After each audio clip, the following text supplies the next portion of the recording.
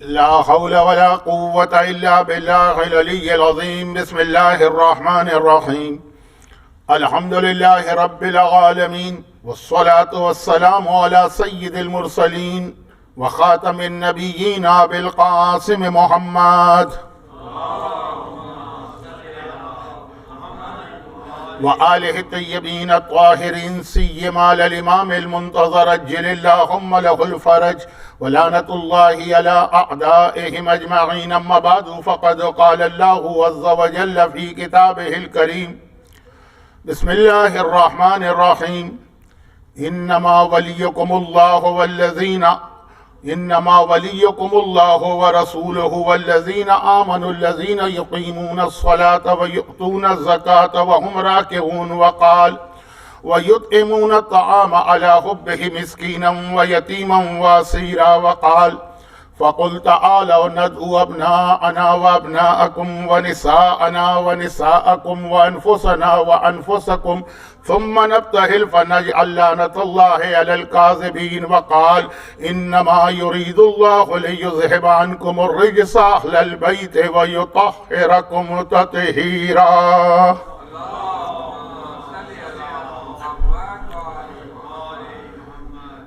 ایک چیز کا اعلان کرنا مجلس کے یا تقریر کے شروع میں ضروری ہے، ورنہ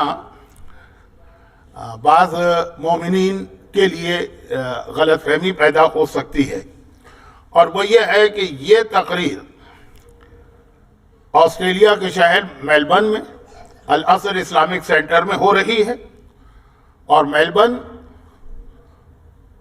اور اس کے قریب کے شہروں میں اسلامی مہینے کی جو ڈیٹس چل رہی ہیں وہ باقی دنیا سے مختلف ہیں، یعنی ہم ایک دن پیچھے ہیں باقی دنیا سے۔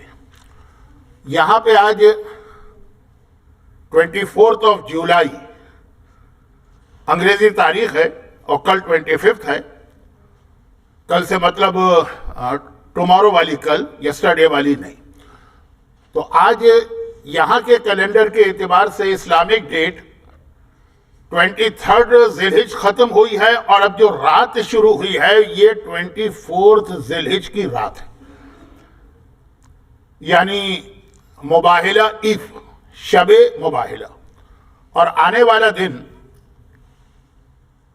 میں مختلف طریقے سے بات سمجھا رہا ہوں، آنے والا دن یعنی 25 جولائی یعنی منڈے، میلبرن کے مون سائٹنگ کے اعتبار سے جو آیت اللہ سیسانی کی تقلید میں ہے وہ مباہلے کا دن ہے۔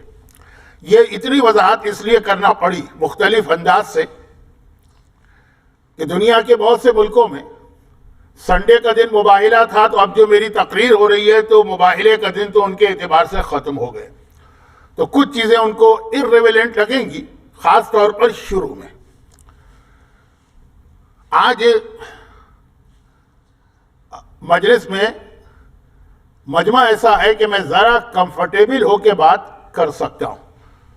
پچھلی 2 تقاریر میں ہمارے کچھ ٹاپک اناؤنس ہوئے تھے جو کمپلیٹ اس لیے نہیں ہو سکے تھے کہ اس وقت جو مجمع تھا اور وہ جس جوش کے ساتھ بیٹھا تھا اس کے اندر میرے لیے بہت مشکل ہو رہا تھا ان ٹاپکس پہ بات کرنا جو پوسٹر میں اناؤنس ہو گئے تھے۔ تو آج ذرا آرام سے بات ہوگی، لیکن ارادہ کر کے یہ بیٹھا ہوں کہ 50 منٹ میں مجھے اپنی اسپیچ مکمل کرنا ہے۔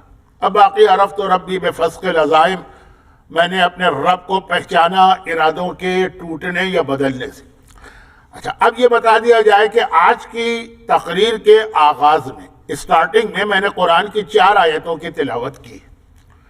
یہ 4 آیتیں وہ ہیں کہ ان 4 آیتوں کی بھی آج سالگرہ، آج یا کل یہ جو 2 دن ہے اس کے اندر ان 4 آیتوں کی بھی سالگرہ، اور 4 امپورٹنٹ اوکیشن ہیں۔ یہ اسلامی کیلنڈر کے غالباً پورے اسلامک کیلنڈر میں اور کوئی ڈیٹس ایسی نہیں ہے کہ جہاں اتنا بیک ٹو بیک اتنے سارے اوکیشن جمع ہو جائیں۔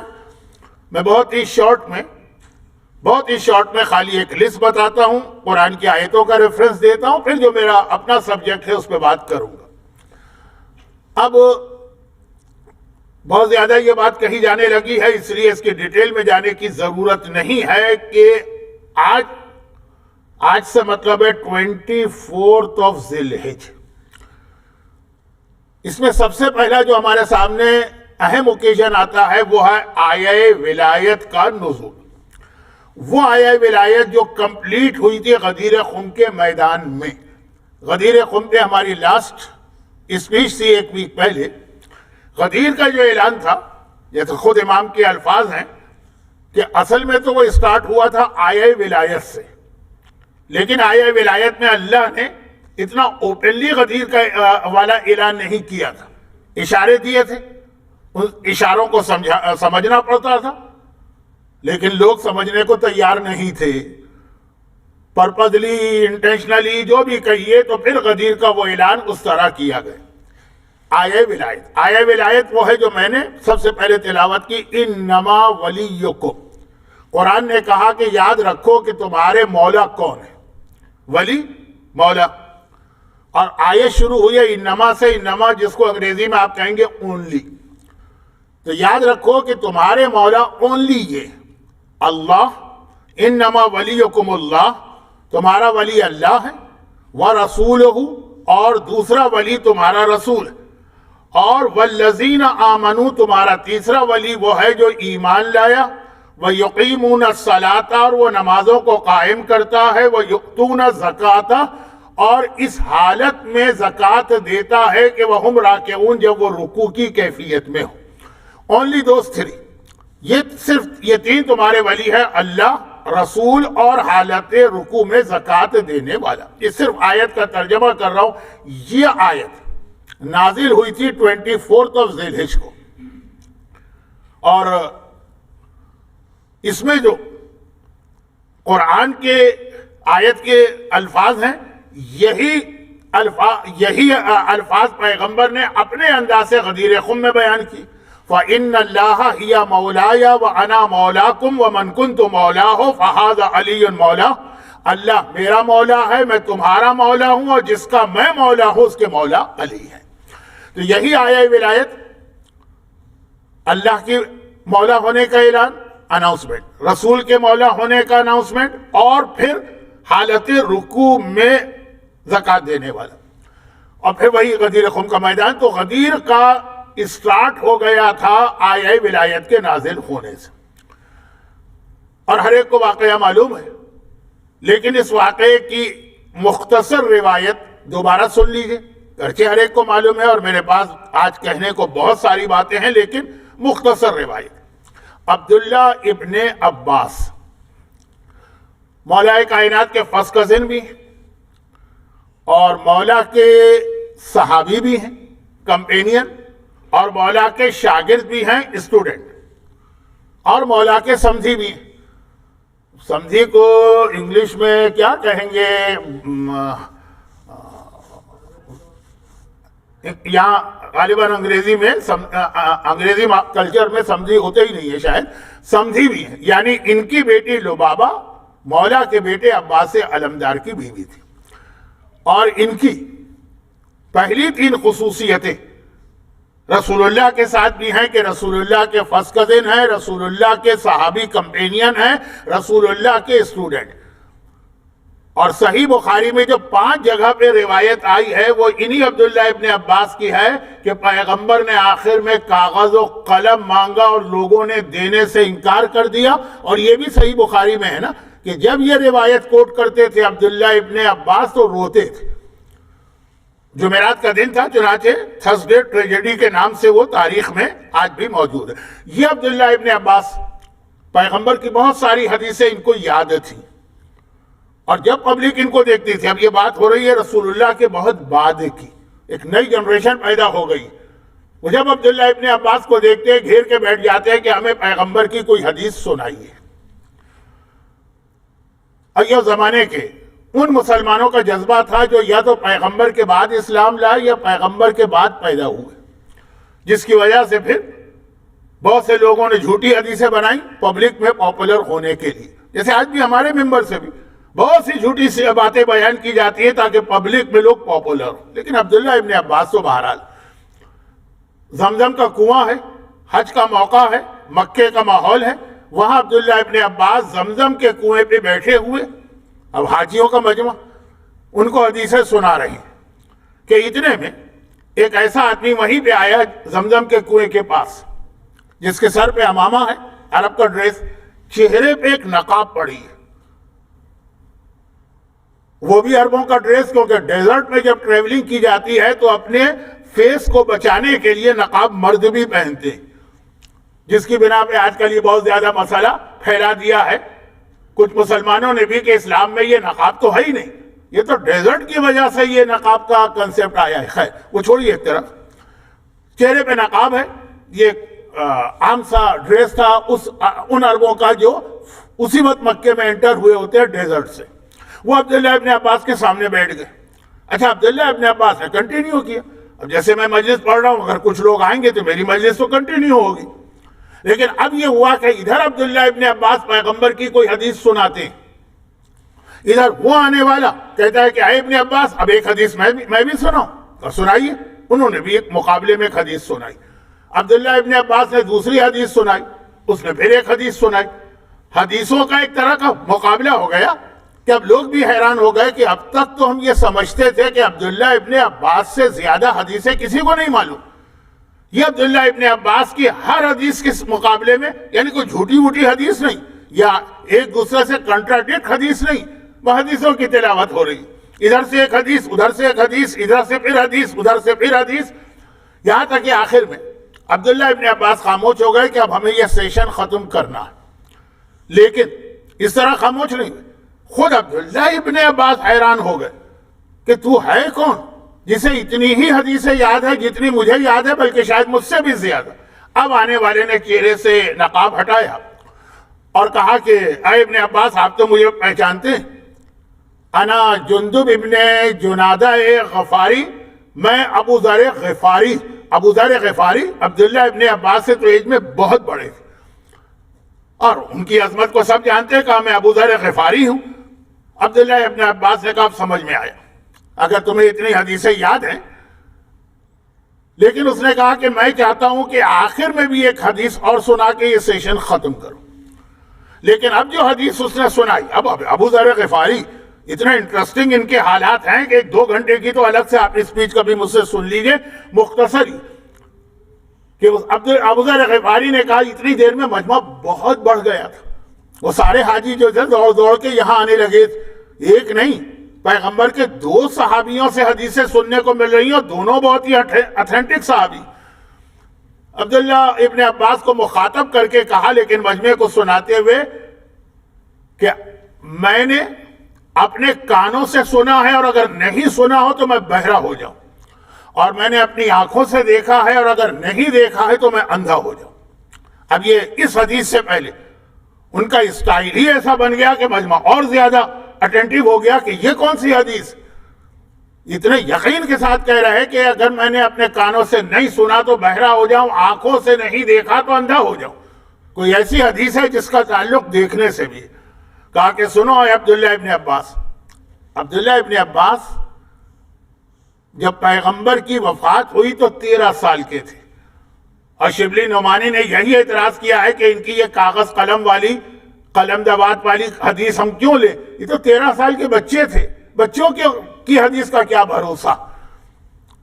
تو پھر ہمارے علماء کا جواب بھی ہے، یہ تو بالکل آخری پیغمبر کی زندگی کی حدیث ہے، اگر اس لیے نہیں لی جائے گی کہ بچے تھے تو ان کی ساری حدیثوں کو کینسل کرو، اس لیے کہ وہ حدیثیں تو اس سے بھی پہلے کی ہوں گی، جب یہ 9 سال کے تھے، جب یہ 8 سال کے تھے۔ خیر میں کسی اور طرف چلا گیا، بات یہ تھی کہ عبداللہ ابن عباس شاید اس وقت 4 یا 5 سال کے تھے جب کی حدیث ابو ذر سنا رہے، کہا کہ ہم پیغمبر کے پیچھے نماز ظہر پڑھ رہے تھے، اور ابھی ہم نماز ظہر ختم کر کے بیٹھے تھے کہ مسجد میں ایک سوال کرنے والا آیا۔ اب اس کے بعد مشہور واقعہ، اور آنے کے بعد اس نے ایک ایک سے کہا کہ میں فقیر ہوں، میری مدد کرو، کسی نے اس کی کوئی مدد نہیں کی۔ آخر میں اس نے آسمان کی جانب دیکھا، اگرچہ مسجد کی چھت تھی لیکن وہ والی چھت کھجور کے پتوں والی جس کے اندر سے آسمان بھی نظر آتا تھا، تو آسمان کی جانب دیکھا اور کہا خدا بندہ میں تیرے گھر میں آیا، تیرے نام پہ لوگوں سے مانگا اور یہاں سے خالی ہاتھ واپس جا رہا ہوں۔ اتنی دیر عبداللہ ابن عباس کو ابو ذر غفاری سنا رہے ہیں کہ اتنی دیر میں میرا مولا نماز میں مشغول ہو گیا تھا. ظہر کی نماز کے بعد پھر کچھ سنت و نافلہ بھی ہیں، کچھ عصر کی ہیں، کچھ اور بھی. جس وقت یہ جملہ کہا تو اس وقت میرے مولا نے اپنے ہاتھ سے اشارہ کیا، اپنے دائیں ہاتھ سے جس میں ایک انگوٹھی تھی، اور وہ سائل کو اشارہ کیا کہ انگوٹھی لے جاؤ. وہ یہ انگوٹھی لے کے چلا. جیسے ہی وہ انگوٹھی لے کے نکلا کہا کہ میں نے اپنے کانوں سے سنا، سننے والا اس کے بعد آئے گا ورنہ بہرا ہو جاؤں. آنکھوں سے دیکھا، یہ دیکھنے والا منظر ہے. جیسے ہی وہ باہر نکلا ویسے ہی اللہ کے رسول علی کی نماز ختم ہونے کا انتظار کیا. علی کی نماز ختم ہوئی. پیغمبر نے ایک مرتبہ کہا کہ ھذا علی قائد البرر وقاتل الکفر منصور من نصر مخذول من خذل. یہ علی نیک لوگوں کا قائد. یہاں پھر ایک مرتبہ توجہ ہے کہ قرآن نے بھی ولایت کے حوالے سے علی کا تعارف جو کرایا تو نماز کے حوالے سے کرایا. اور علی والے تو نماز چھوڑ دینا. حق ولایت سمجھتے ہیں کہ اگر ہم نماز پڑھ کے جنت میں گئے تو فائدہ کیا ہوا علی کی ولایت کا؟ فائدہ تو اسی کو کہتے ہیں نا. کیونکہ میں یہ تقریریں سنتا رہتا ہوں اس لیے ایک ایسا لفظ استعمال کر رہا ہوں جو صرف پنجاب کے لوگ سمجھیں گے. کہتے جی میں جا رہا تھا سڑک کے اوپر اور وہاں پہ پولیس والے نے روکا. میرے پاس سارے پیپر تھے گاڑی کے. اس نے کہا چلے جاؤ. تو میرے دوست نے پولیس والے سے کہا تھینک یو. میں نے کہا اس کا تھینک یو کیوں ادا کر رہے ہو؟ اس نے کون سا ہمارے ساتھ فیور کیا؟ ہمارے پیپر سارے تھے، اس کو تو ہمیں چھوڑنا ہی چھوڑنا. کہا کہ تھینک یو اس کا ادا کرو جس کے اندر چس آئے، مزہ آئے کہ کاغذ کوئی نہ ہو اور کیسے چلے جاؤ. اس سے تو کہو کہ تھینک یو. اب اس کے بعد وہ کہتے ہیں چنانچہ اگر ساری نیکیاں کر کے پھر علی ہماری مدد کر کے جنت میں لے جائیں گے تو ہمیں ضرورت کیا ہے؟ اب پتہ نہیں ان کو کہ جنت کیا ہے، ہماری نیکیوں کا اسٹیٹس کیا ہے. لیکن میں اپنے الفاظ میں کہہ رہا ہوں کیونکہ وقت کم ہے اور میں تو جو ارادہ کر کے بیٹھا 4 چیزوں کا بھی پہلی چیز بھی مکمل نہیں ہوئی ہے. کہا چس تو اس میں ہے، مزہ تو اس میں ہے کہ کچھ نہ ہو پھر علی لے کے جائیں تب پتہ چلے کہ ہاں علی اپنے چاہنے والوں کی مدد کرتے ہیں. خیر تو ایسی فضول باتوں کو چھوڑیں. پیغمبر فرما رہے ہیں قائد البررہ علی نیک لوگوں کا قائد ہے. قاتل الکفرہ کافروں کا قاتل ہے. منصور من نصر جو علی کی مدد کرے گا خود اللہ اس کی مدد کرے گا. مخذول من خذل اور جو علی کی توہین کرے گا اللہ اس کو ذلیل اور رسوا کرے گا. ابو ذر کہہ رہے ہیں یہ میں سن رہا تھا. اس کے بعد پیغمبر نے ایک جملہ اور کہا اور پیغمبر نے آسمان کی جانب دیکھ کے کہا خداوند میرے بھائی موسیٰ نے ایک مرتبہ تجھ سے یہ دعا کی تھی نا رب اشرح لی صدری ویسر لی امری اور واحلل عقدۃ من لسانی یفقهوا قولی واجعل لی وزیرا من اہلی ہارون اخی اشدد بہ اذری. اے خدا میرے سینے کو کشادہ کر کے ہارون کو میرا وزیر بنا دے. کہا پیغمبر کا جملہ کہ یہ دعا کی تھی نا تو میں بھی تجھ سے ایک دعا کرتا ہوں. انا محمد النبیوں کا و صفیوں کا. میں محمد ہوں تیرا نبی بھی ہوں اور برگزیدہ چنا ہوا چوزن ون ہوں صفیوں کا. اللہم اشرح لی صدری تو میرے سینے کو کشادہ کر دے. ویسر لی امری میرے کام کو آسان کر دے. وجعل علیًا وزیراً من اہلی علی کو میرا وزیر بنا اور وشدد بہ ظہری اس کے ذریعے میری کمر کو مضبوط کر دے. اور جبرائیل یہ آیت لے کے نازل ہوئے انما ولیکم اللہ ورسولہ والذین آمنوا الذین یقیمون الصلاۃ ویؤتون الزکاۃ وہم راکعون. حالت رکوع میں زکوٰۃ دینے والے. اے عبداللہ ابن عباس اگر میرے کانوں نے یہ نہ سنا اور میں جھوٹ کہہ رہا ہوں تو بہرا ہو جاؤں، میری آنکھوں نے یہ نہ دیکھا ہو کہ علی نے اس طرح انگوٹھی دی تو میں اندھا ہو جاؤں. یہ واقعہ 24 ذی الحجہ کو پیش آیا. اور اس کے بعد اس سے ریلیٹڈ 2-3 باتیں اور ہیں لیکن اب میں چھوڑ رہا ہوں صرف یاد دہانی کے لیے. اور یہ روایت ابو ذر کی چونکہ کم پڑھی جاتی ہے میں نے پڑھ دی. یہ آج کی پہلی مناسبت ہے 24 ذی الحجہ کو. چنانچہ 24 ذی الحجہ باقاعدہ غدیر کے بعد ہماری سب سے بڑی عید ہے، ایمانی عید. تو دو تو وہ عیدیں جس کا تعلق اسلام سے ہے اور 2 یہ عید ہے جس کا تعلق ایمان سے. اب ایک جملہ کہہ دوں، مجھے ڈر لگ رہا تھا کہ جب تک کہ میں وہاں تک پہنچوں گا شاید مجلس کا وقت یا تقریر کا وقت ختم ہو جائے. مباہلے کے دن اعمال کم ہے، غدیر کے دن اعمال بہت زیادہ تھے. وہ آپ نے اعمال کر لیے، پاک و پاکیزہ ہو گئے، گناہ معاف ہو گئے، اللہ نے خطائیں معاف کر دی، علی کے راستے میں لگائے، اب اعمال کم ہیں. جو اعمال ہیں ان میں نمبر 1 تو غسل ہے. البتہ وہی اصول کہ آیت اللہ سیستانی اور اس سے پہلے مرحوم آیت اللہ خوئی اور آج بھی شیخ فیاض اور بڑے بڑے مراجع مباحلے کے غسل کی روایت کو ویک سمجھتے ہیں. البتہ ایک جملہ لکھتے ہیں. یہ مباحلہ جو تھا وہ میری تقریر میں چوتھے مقام پہ تھا، لیکن چونکہ عید کا تذکرہ آ گیا انگوٹھی کے حوالے سے تو اعمال بہت مختصر. ایک جملہ لکھتے ہیں، عید مباحلے کا غسل اتھینٹک حدیث میں نہیں ہے، مباحلے کا غسل اتھینٹک حدیث میں. یہ جملہ لکھتے ہیں، اس کو سمجھ لیجیے. عید مباحلہ یعنی 24 ذی الحجہ کا جو واقعہ، اس کی حدیث غسل کی حدیث، واقعے کی نہیں، غسل کی حدیث اتنی اتھینٹک نہیں. لیکن اگر کبھی آپ کو اپنے دشمن سے مباحلہ کرنا پڑے، اس کے بعد اسلام میں مباحلہ باقاعدہ ایک عبادت بن کے شامل ہو گیا. اہل بیت نے تو مباحلہ کیا، لیکن جس طرح اہل بیت نے نمازیں پڑھی، پہلی نماز علی نے پڑھی تو اب قیامت تک کے لیے نماز ہم کو پڑھنا ہے نا. اسلام میں مباحلہ بھی آ گئے کہ اگر کبھی حق اور باطل کے مسئلے پہ، باقی نہیں اپنے زمین کے جھگڑے اور جائیداد کے جھگڑے، اس پہ نہیں، حق و باطل کے جھگڑے میں وقت پڑے تو مباحلہ کرو اپنے دشمن سے، لیکن غسل، اس کا غسل جو ہے بہت ہی اتھینٹک. خیر یہ تو ایک جملہ آ گیا فقہی، تو میں نے وضاحت کر دی، مباحلے کا غسل اور عید مباحلے کا غسل. اب آئیے دوسری مناسبت بہت جلدی سے بیان کروں.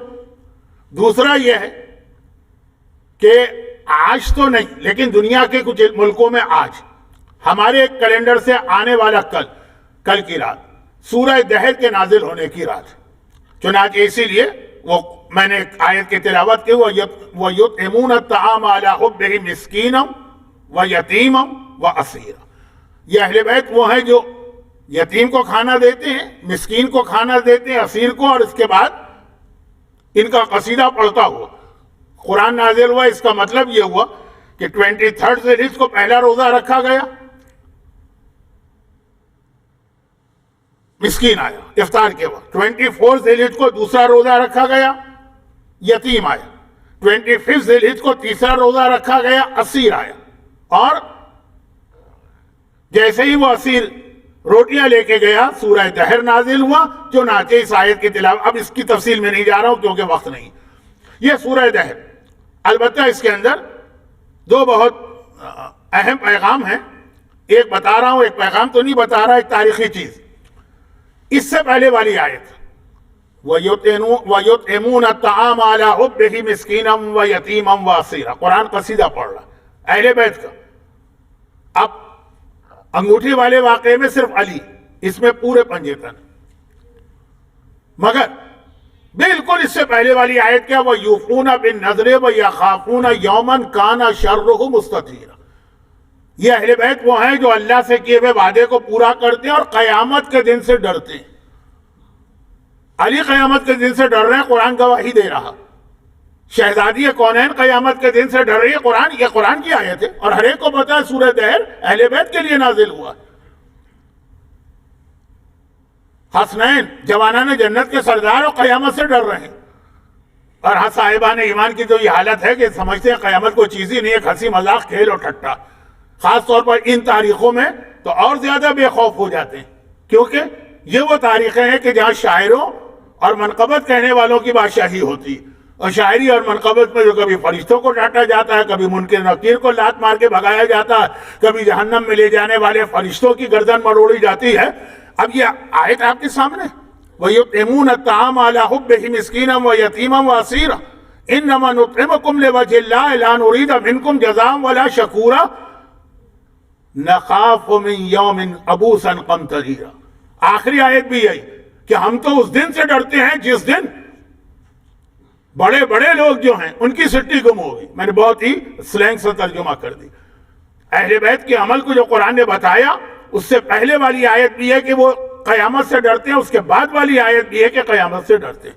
اہل بیت کے لیے قیامت مسئلہ نہیں ہے، لیکن عظمت پروردگار کا خوف ان کے دلوں میں اور ہمارے دل میں اتنی بے خوفی ہے. یہ سورہ دہر کا پہلا پیغام ہے. دوسری بات کا بھی غور کیجئے گا، قرآن نے کہا کہ یتیم و مسکین و اسیر آئے. اسیر کیا؟ قیدی نا. قیدی تو جیل میں ہوتا ہے، وہ کیسے آ گئے؟ کس نے اس کو رہائی دلوائی؟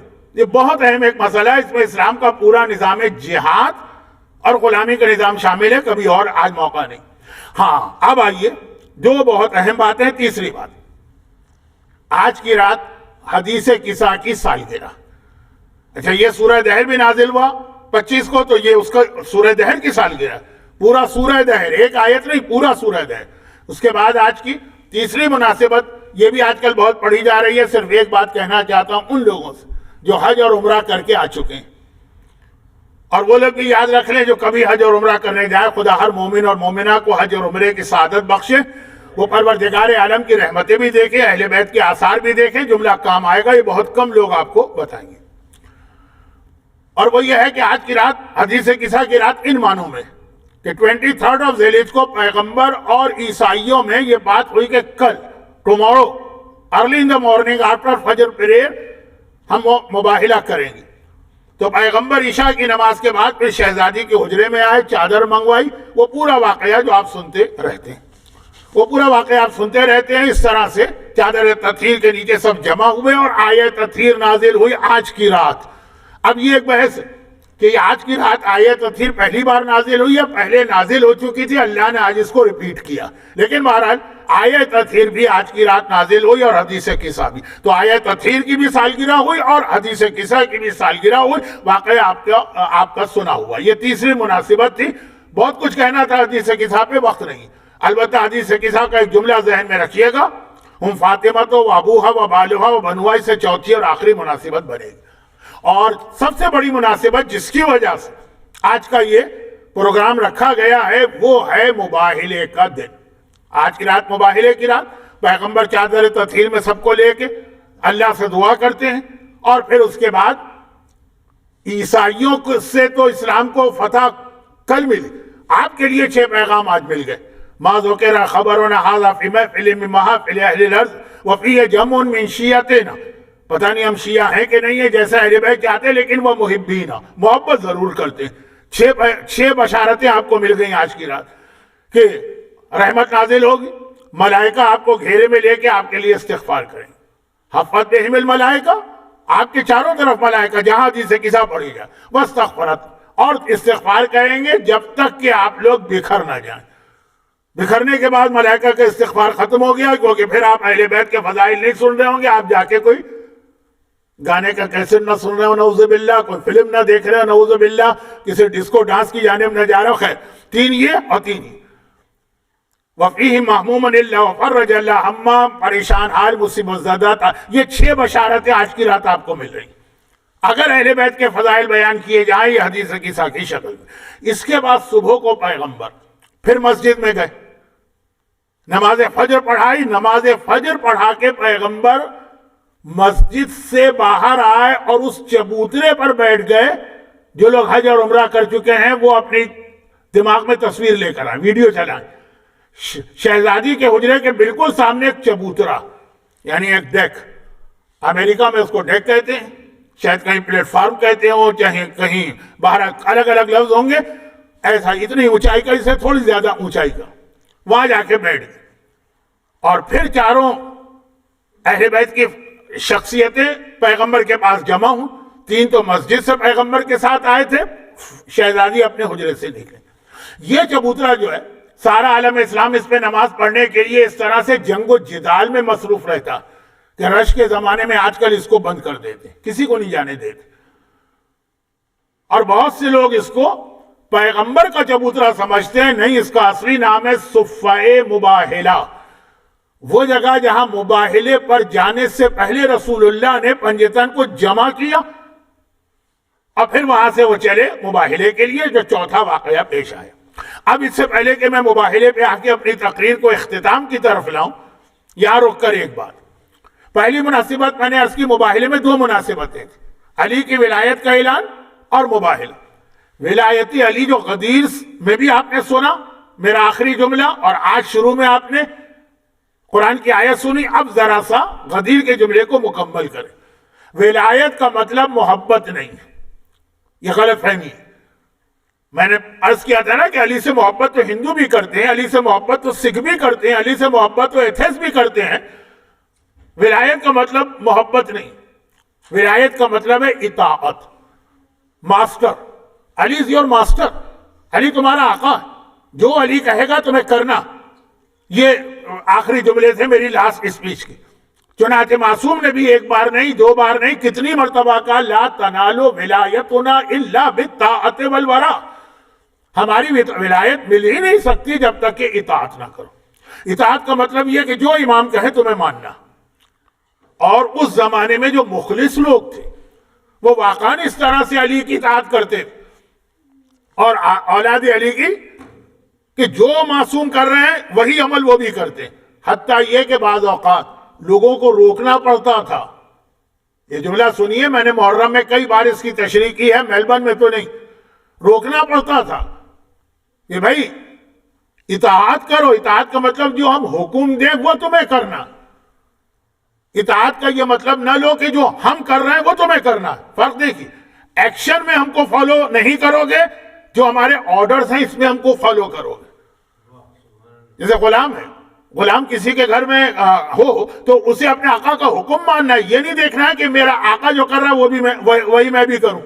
آقا نے اپنے لیے بریانی پکائی ہے تو معلوم ہوا کہ آقا بریانی کھا رہا ہے، میں بھی بریانی کھاؤں، دو جوتے پڑیں گے. تو میں بہت ہی سلینگ قسم کے اگزامپل دے کے آگے بڑھ رہا ہوں.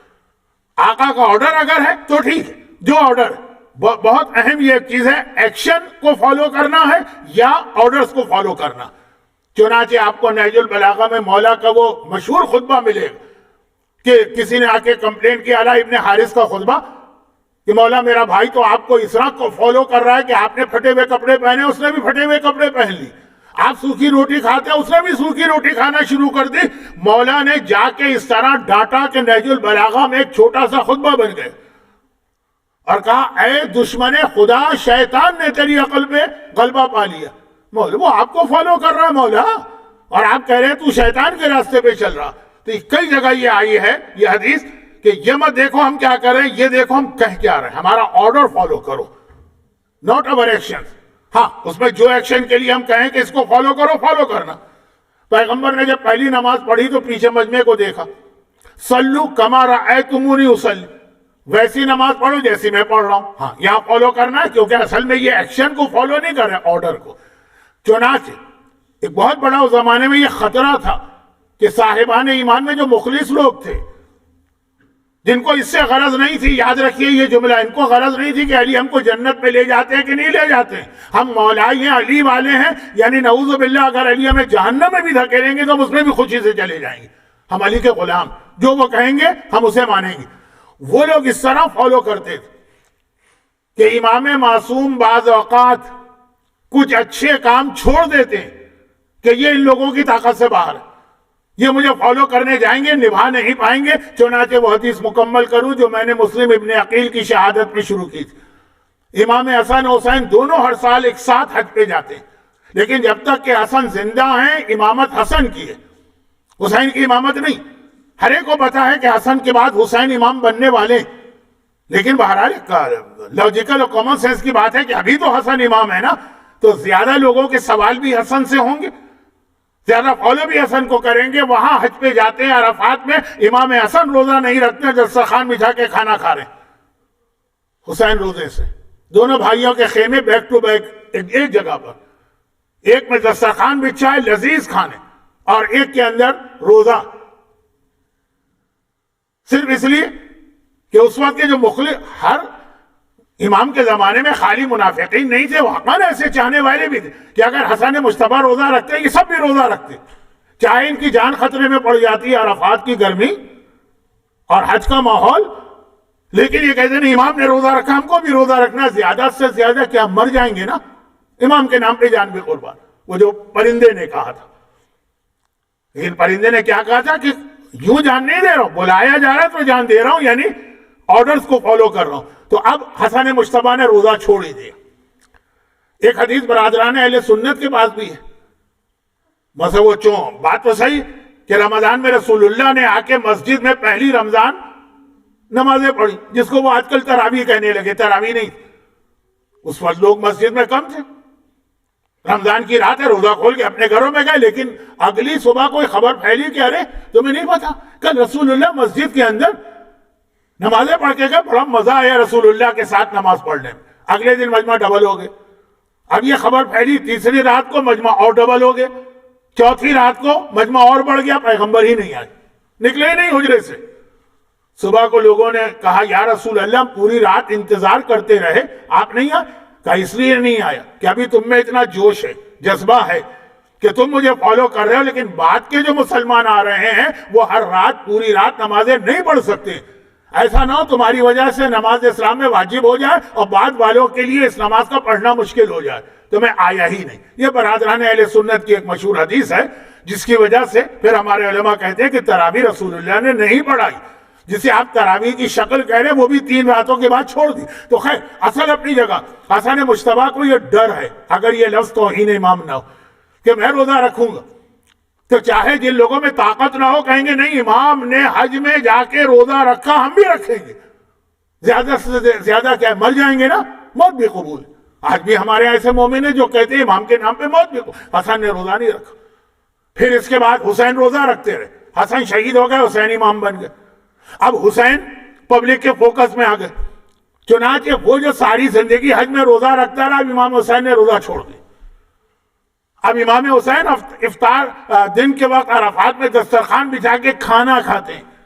چوتھے امام باپ کے ساتھ آئیں، علی ابن الحسین، لیکن لوگوں کی توجہ پتہ ہے کہ بات کے امام ہے لیکن اتنی نہیں، وہ روزہ رکھے ہوئے.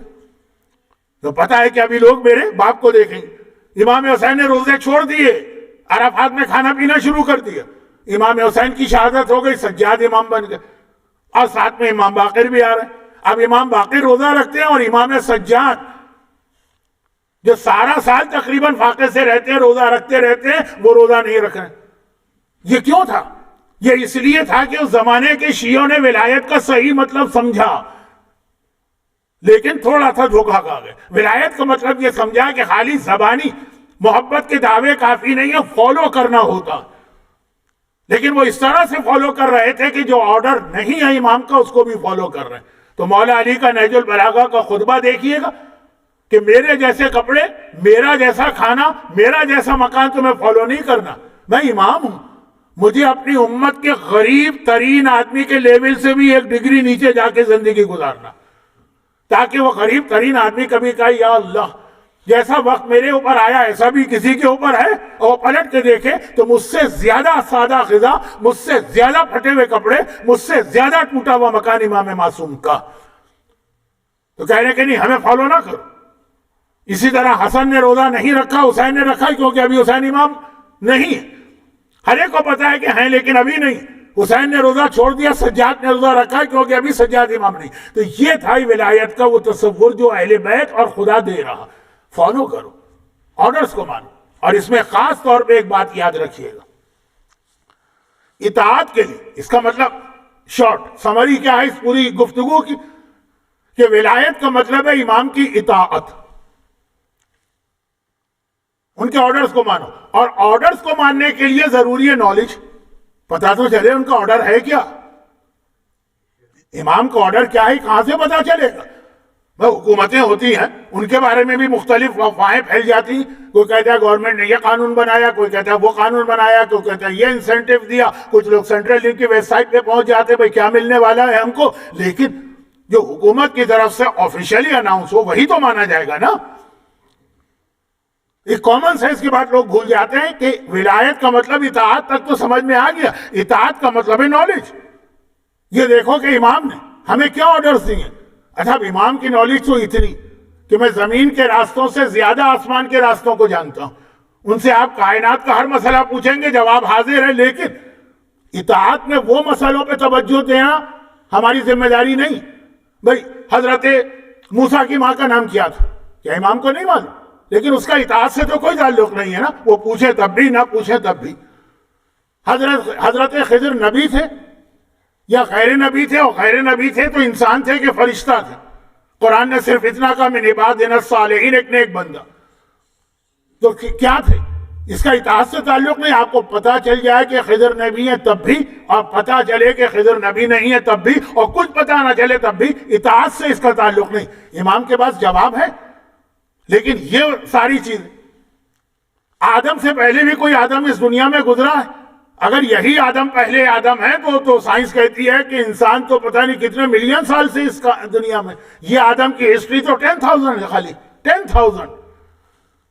اب اس کا اطاعت سے کوئی تعلق نہیں، تو یقیناً یہ نالج اہل بیت نے ہم کو دی، ہم کو لینا، لیکن اصل نالج جو ولایت کے سے ریلیٹڈ ہے اس کو کہتے ہیں علم فقہ۔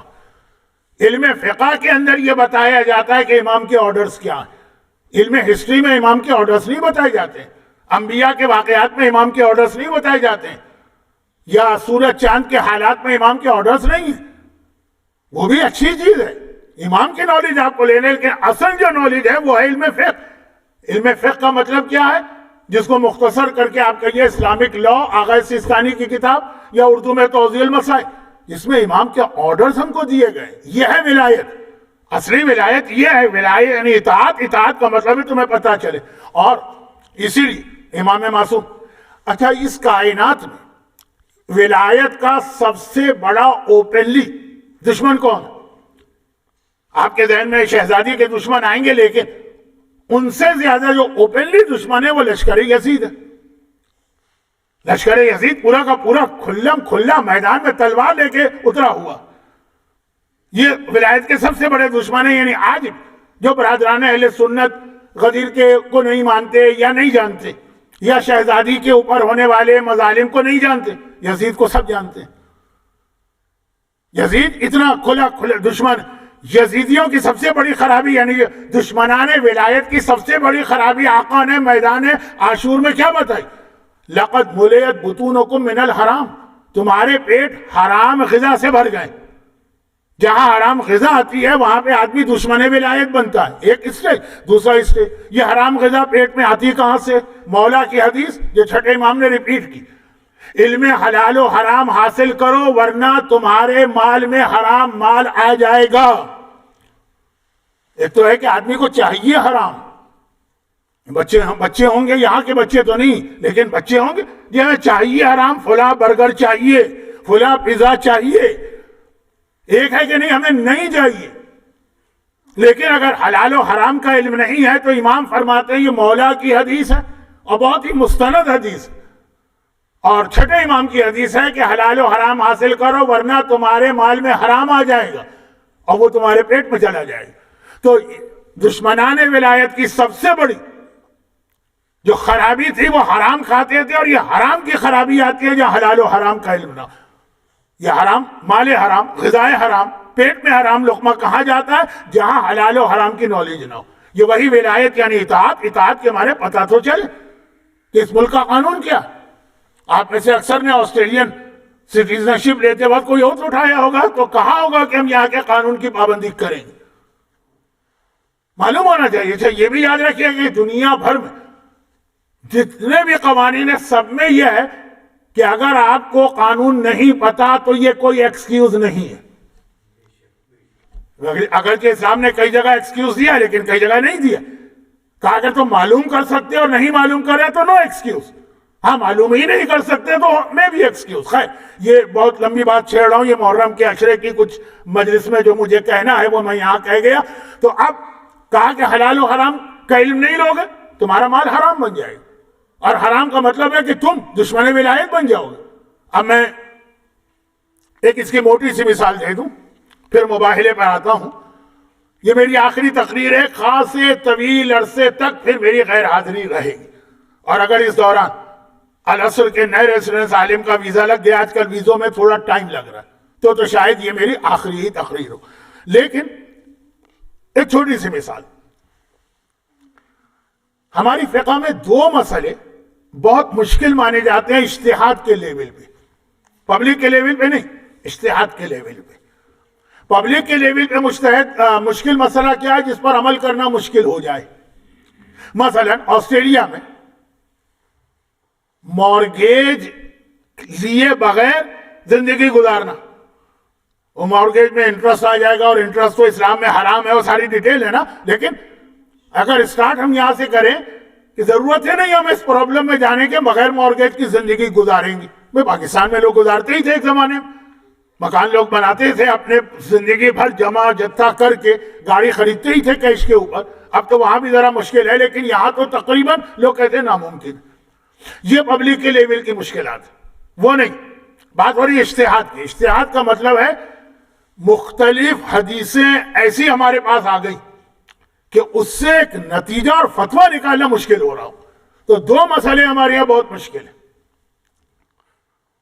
یعنی اتنے مشکل ہیں جس میں بچہ ہمارے یہاں آج کل بول رہا ہے ایک مسئلے میں. تو یہ دو مسئلے اتنے مشکل ہیں کہ جب کبھی کوئی مجتہد مرجع ہے نا, مرجع وہ کلاس لیتا ہے یعنی اس کا درس ہوتا ہے, جب اس کے اسٹوڈنٹس میں سے کوئی بہت ہی زیادہ ذہین پہنچ جاتا ہے ایک بڑے لیول پر, اور یہ دیکھنا ہوتا ہے یہ مجتہد بنا کہ نہیں بنا. یہ اسٹیج ہر ایک پہ گزرا. آغا خوئی جب آغا نائینی کے درس میں تھے تو آغا خوئی کو بھی یہ اسٹیج تھا. امام خمینی جب آغا عبدالکریم حائری کے درس میں تھے ان کا بھی یہ اسٹیج تھا. آغا سیستانی جب آغا خوئی کے پاس پڑھتے تھے ان کا بھی یہ اسٹیج تھا. آغا خامنہئی جب آغا خمینی کے پاس پڑھتے کہ جب اسٹیج پہ پہنچ ایگزام ہوتا ہے نا, آپ پی ایچ ڈی کریں گے تو آخر میں آپ کو ایک تھیسس پیش کرنا اور اس کے اوپر بحث ہوگی. تو اب یہ جو اجتہاد کا سمجھ لیجئے کہ یہ اجتہاد تک پہنچا کہ نہیں پہنچا, تو یہی دو میں سے کوئی ایک ٹاپک دیا جاتا کہ اس پر تم ریسرچ کر کے لاؤ اور ایک فتویٰ دو, تو اندازہ ہو جائے گا کہ تم اجتہاد کی کوالٹیز رکھتے ہو, اتنی نالج ہے کہ نہیں. یہ دو بہت اہم مسئلے ہیں, یعنی اہم ان معنوں میں بن گئے ہیں کہ اس میں حدیثیں اتنی مختلف ہیں. ایک مسئلے کی جانب میں ہلکا سا اشارہ اس لیے کر رہا ہوں کہ اس میں غلط فہمی پیدا ہو رہی ہے, یہ میرے ٹاپک سے ذرا ہٹ کر ہے, ذرا ہے بھی. بظاہر تو یہاں مجھے آج انڈیا کے مومنین اتنے نظر نہیں آ رہے ہیں, پاکستان کے مومنین زیادہ ہیں. ایک کیس کراچی میں ہے بلکہ پاکستان میں چل رہا ہے دعا زہرا کا. میں اس کیس کے اندر کچھ نہیں بولنا چاہتا ہوں, اس کے بہت سارے ایسے بھی چیزیں ہیں کہ ذرا سا انکمپلیٹ بات کہہ دی گئی تو غلط فہمی ہوگی. لیکن اس کیس کے حوالے سے ایک مسئلہ اتنا زیادہ ریپیٹ ہوا کہ وہ بعد میں بڑے پرابلم کریٹ کر سکتا ہے. اب اس وقت کیس ایسا تھا, ایک سیدانی بچی کس طرح سے پھنس گئی تو کچھ بولنا مناسب نہیں تھا. اب بہرحال مسئلہ حل ہو رہا ہے, وہ بچی بھی ان کے ہاتھ سے نکل آئی ہے. اب دیکھیں آگے کیا ہوتا ہے. لیکن اس میں بار بار ایک مسئلہ آیا, وہ ایک طرح صحیح بھی ہے, وہ صحیح ہے, لیکن جس طرح ریپیٹ ہوا اس کے نقصانات وہ کیا ہے. وہ یہ ہے کہ ہر جگہ, اب یہ انگریزی کا لفظ استعمال کر رہا ہوں, پتہ نہیں یہ صحیح ہے کہ نہیں, یہ پلی لی گئی یا یہ اسٹینڈ اختیار کیا گیا کہ فقہ جعفری میں ولی کی اجازت کے بغیر لڑکی کی شادی نہیں ہو سکتی. یہ وہ پہلا مسئلہ ہے جو مشکل ترین مسئلہ ہے ہماری فقہ کا. یعنی اتنی اس میں مختلف حدیثیں ایک دوسرے سے کنٹراڈکٹ کرنے کی کہ جب کسی عالم کے اجتہاد کو چیک کرنا ہو تو اس کا استاد اس سے کہتا ہے اس مسئلے پر ریسرچ کر کے آؤ. اتنی حدیثیں ہیں تو کون سی حدیث اس میں صحیح. اچھا صحیح بھی حدیث ہوتی ہے لیکن اس کا انٹرپریٹیشن کیا ہو سکتا, اس کے ذریعے سے کسی کا اجتہاد چیک کیا جاتا ہے. جو آج پاکستان میں ٹی وی کا ہر اینکر اور یوٹیوب چلانے والا ہر آدمی بیٹھ کے بھاشن جھاڑ رہا, باقی باتیں کہیں تو کوئی ہمیں اس سے غرض نہیں ہے, اگرچہ غرض ہے لیکن اس کے اندر پھر ہماری فقہ انوالو نہیں. اب یاد رکھیے گا کہ اہل حدیث کا مطلب سعودی اسکول آف تھاٹ, وہ کہتے ہیں ولی کی اجازت کے بغیر نکاح غلط ہے. برادران اہل سنت کی میجورٹی میں فقہ حنفی کے ہاں ولی کی کوئی اجازت نہیں, بلکہ انہی کا جملہ تو ہمارے ہاں مشہور, میاں بیوی راضی تو کیا کرے گا قاضی. لیکن اس وقت کچھ ایسا ماحول بن گیا تھا کہ ہر ایک کو علماء کو, یعنی غیر شیعہ علماء, انہیں بھی اپنی بچیوں کی فکر ہو گئی تھی جو بھاگ کے یا وہ جو گیم کھیلتے ہیں اور پب جی اور کیا گیم ہے اس کے ذریعے سے ان کو ٹریپ نہ کیا جائے کہ فقہ حنفی کے علماء بھی یہ خاموش رہی یا کہا ہمارے یہاں بھی ولی, ان کے یہاں ولی نہیں. فقہ جعفری کا کیا مسئلہ, اس طرح سے ریپیٹ ہوا ٹی وی پر اور یوٹیوب میں اور فیس بک پر اور حتی کورٹ میں, اس طرح سے ریپیٹ ہوا کہ فقہ جعفریہ میں ولی کی اجازت کے بغیر نکاح غلط. اچھا یہ یاد رکھیے گا کہ دعا زہرا کے کیس میں یہ بات صحیح ہے دو وجوہات سے. نمبر ایک, لڑکی کا بالغ ہونا بھی ضروری ہے, لڑکی کا رشید ہونا بھی ضروری ہے. رشید مانے سمجھدار, عقل اس کی میچیور ہو گئی. اگر بالغ ہے لیکن وہ عقل اس کی میچور نہیں ہے، رشید نہیں، تو یقیناً ولی چاہیے. ایک تو یہ وجہ. دوسری وجہ کہ آج کے مراجع کہتے ہیں کہ ولی کی اجازت ضروری، لیکن فتویٰ کوئی نہیں دیتا، سب کہتے ہیں احتیاط واجب، جس کے اندر گنجائش ہے کہ اگر کوئی 7ویں 8ویں 9ویں 12ویں 18ویں نمبر کا مرجع نکل آئے تو اس کی جانب رجوع ہو سکتا. لیکن یہ مسئلہ اٹھانا مناسب نہیں تھا اس وقت، کیونکہ کورٹ بھی بیک فٹ پہ چلی گئی تھی کہ ہاں شیعہ فقہ میں تو یہ ولی کی اجازت شرط. چنانچہ اگر کہا جائے کہ نہیں یہاں بھی کوئی گنجائش ہے تو اس مسئلے میں اس لیے گڑبڑ ہو جاتی کہ یقیناً یہ بچی رشید تو نہیں. خیر، اصل بات میں کیا کہنے جا رہا تھا کہ شیعہ فقہ میں اس کے حوالے سے آدھے علماء کہتے ہیں کہ فقہ حنفی کا مسئلہ ہے، یعنی ضرورت نہیں ہے اجازت کی ولی کی، اور آدھے کہتے ہیں کہ ضرورت. یہ بات ہو رہی ہے کماری لڑکی کی جس کی سے پہلے کوئی شادی نہیں اور وہ سمجھدار. تو اب ہوگا کیا کہ میں یہ بات کیوں کہہ رہا ہوں؟ اس لیے کہ جب یہ مسئلہ بار بار آیا تو یوٹیوب کے اوپر جو پروگرام تھے یا فیس بک کے، اس میں بھی جو لوگ کامنٹس دیتے، کتنے لڑکیوں نے کہا کہ ارے اگر یہ مسئلہ تھا تو ہمارے علماء نے آج تک کیوں نہیں بتایا؟ میں تو بغیر ولی کی اجازت کے شادی کر چکی ہوں. ایک نہیں، اتنے سارے. کہا یہ کیوں نہیں بتایا مسئلہ ہمیں آج تک؟ جو یہ کہہ رہی ہے کہ میں غلطی کر چکی ہوں، اس کا مطلب یہ ہے کہ وہ ریلیجس ہے. وہ بچی جو ہے وہ فیمینزم والی یا ویمن لبریشن والی یا عورت مارچ والی نہیں، لیکن کہہ رہی ہمیں مسئلہ کسی نے بتایا ہی نہیں. اچھا، اب مسئلہ بتایا ولی کی اجازت ضروری. اچھا، ہو سکتا ہے کچھ عرصے بعد کوئی ایسا مرجع آ جائے جس کے فتوے میں یہ ہو کہ ولی کی اجازت نہیں، اور ہیں ایسے بہت سے مرجع. تو اب نتیجہ کیا ہوگا ذرا دیکھیے. میں بہت لمبی تفصیل میں چلا گیا اس مسئلے کی جو میرا موضوع نہیں ہے، اگرچہ مجھے یہ سمجھانا تھا کہ ولی کہتے کس کو اسلام، کتنا اختیار ولی کا اسلام نے دیا ہے، لیکن بات لمبی ہو گئی، مختصر سنیے. اب فرض کیجئے ایسا مرجع آ گیا اور لڑکی نے بغیر ولی کی اجازت کے شادی کر لی. اور جو میں نے کہا فرض کیجئے کہ ایسا مرجع آ جائے، یہ خالی سپوز نہیں ہے، ہیں ایسے مرجع اور فیوچر میں بھی تیار ہے جن کا یہ فتویٰ. تو انہوں نے کہا ولی کی اجازت شرط نہیں، لڑکی نے شادی کر لی بغیر ولی کے، ریلیجس لڑکی ہے، گھر والوں نے کسی نے علماء نے کسی نے کہا تمہاری شادی غلط ہے بغیر ولی کی. اس نے کہا غلط ہے، اچھا میں الگ ہو جاتی ہے شوہر سے. اور پھر اس نے ولی کی اجازت سے دوسری شادی کی. جو اس نے کتنے ریلیجس ہوگی جو اپنے شوہر کو چھوڑ کے اس لیے آ جائے کہ مسئلہ یہ، اس کی دوسری شادی حرام اور گناہ ہو گئی. کیونکہ اگر فتویٰ وہ تھا کہ بغیر ولی کے جائز ہے تو وہ پہلی شادی اس کی ویلڈ تھی. رشتہ داروں نے، گھر والوں نے، جو آج کل یوٹیوب سے لوگ مسئلے سیکھتے ہیں، انہوں نے کہہ دیا کہ وہ بغیر ولی کی شادی غلط ہے. اب دوسری شادی اس نے کی اپنے باپ کی اجازت سے، وہ پہلے شوہر کی بیوی ہے، یہ دوسری شادی اس کی غلط ہو گئی، حرام ہو گئی، قیامت تک کے لیے حرام ہو گئی. گرچہ اس کو گناہ شاید نہ ملے، اس کو وطیہ بے شبہ، لیکن کہہ رہا نقصان. مال میں جب اتنی احتیاط ہے تو عزت و ناموس میں تو زیادہ احتیاط. اب یہ مسئلہ اتنا ریپیٹ ہوا اس وقت یوٹیوب پر، اچھا ہوا کہ آج ہندوستان کے لوگ نہیں ہیں، ورنہ ان کی سمجھ میں نہیں آئے گا، لیکن ان کو زیادہ سننا. انڈیا میں تو غیر مسلموں سے شادیاں ہو رہی ہیں، ولی تو چھوڑیے، وہاں تو اللہ رسول بھی نہیں ہے بیچ میں. خیر، یہ دوسری بات، یہ ایک اشارہ کیا ہے، پورا مسئلہ نہیں ہے، اس کے لیے تو الگ سے سیشن چاہیے نا، توجہ دلانا تاکہ بعد میں گناہ کبیرہ نہ ہو.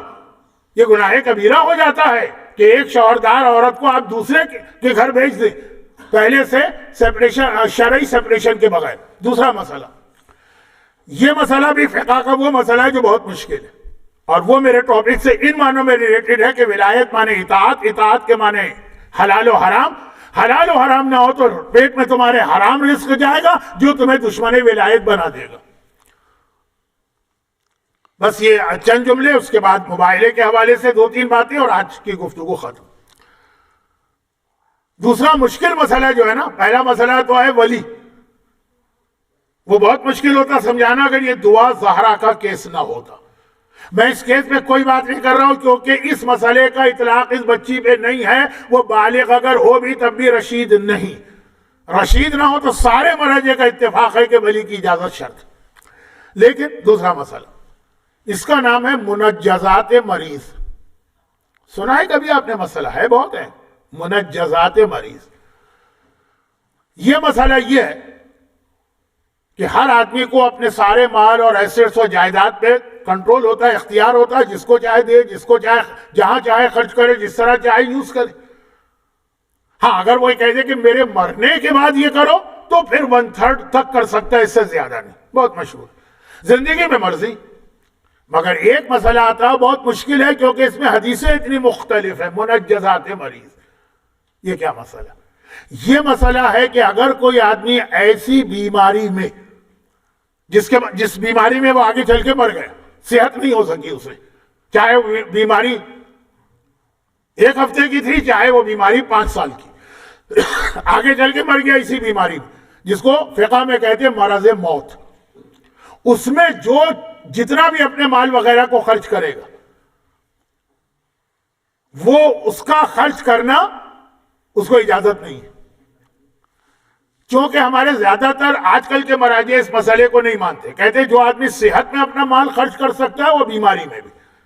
یہی آغا خوئی کا فتویٰ تھا، یہی امام خمینی کا فتویٰ تھا، یہی آغا خامنہئی کا فتویٰ ہے، یہی آغا فیاض کا فتویٰ ہے، یہی آغا وحید۔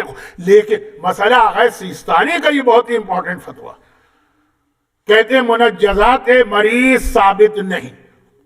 منجزات کے معنی آپ سمجھ لیے کہ مریض جو اپنے مال کو خرچ کرتا، اگر اس میں یہ نہیں کہ میرے بعد تو وصیت ہے، نہیں، اپنی زندگی میں دے جائے، اس میں کہتے ہیں کہ جو بالکل صحیح قسم کے تصرفات ہیں۔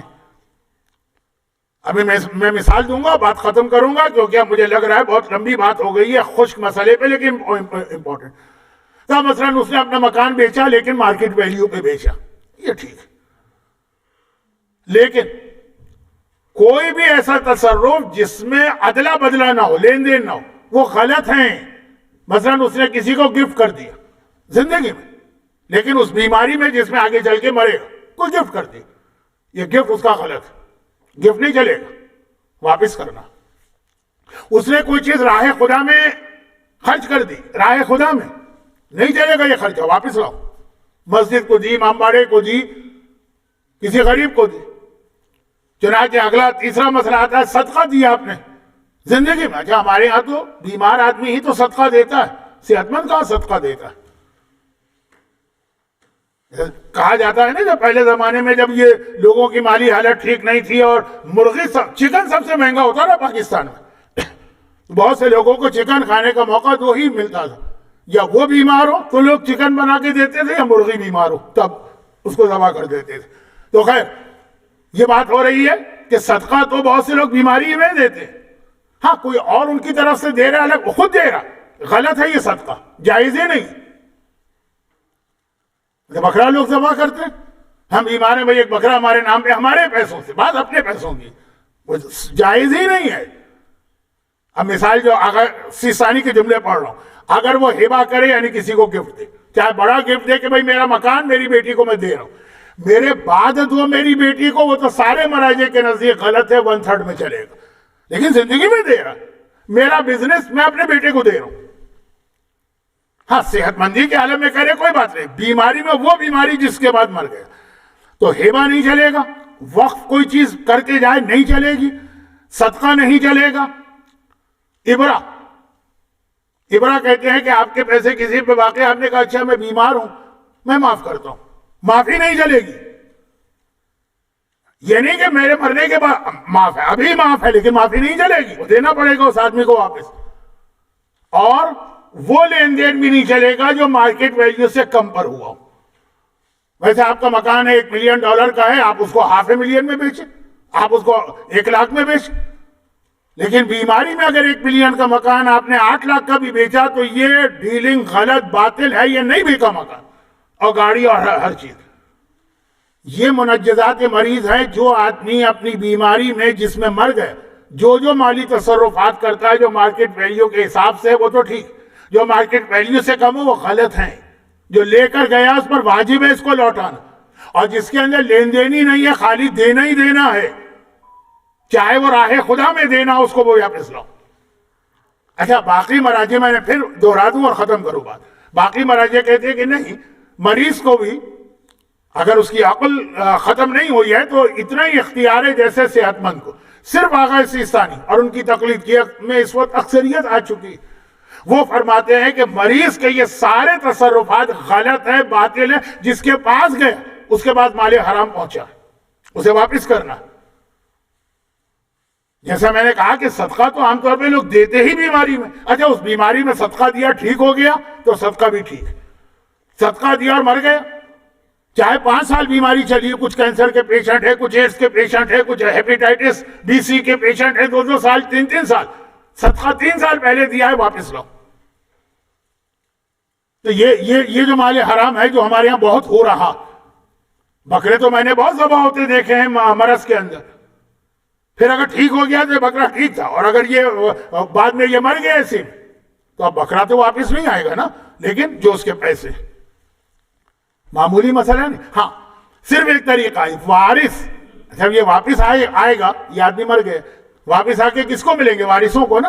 ہاں اگر وارث کہہ دیں کہ ہم راضی، اور وہ اپنا کوٹا پہلے سے ختم نہ کر چکے ہوں، 1/3 میں وارثوں کو اختیار ہوتا ہے. اگر آلریڈی 1/3 وہ مرنے والے کے لیے خرچ کر چکے ہیں تو الگ چیز. دیکھیں مسئلے سے مسئلہ نکل. لیکن میرے کہنے کا مقصد یہ کہ یہ مسئلہ ہمارے یہاں تو لوگ جانتے ہی نہیں ہیں، عمل تو دور کی بات ہے. منجزات مریض نہیں چلیں گے.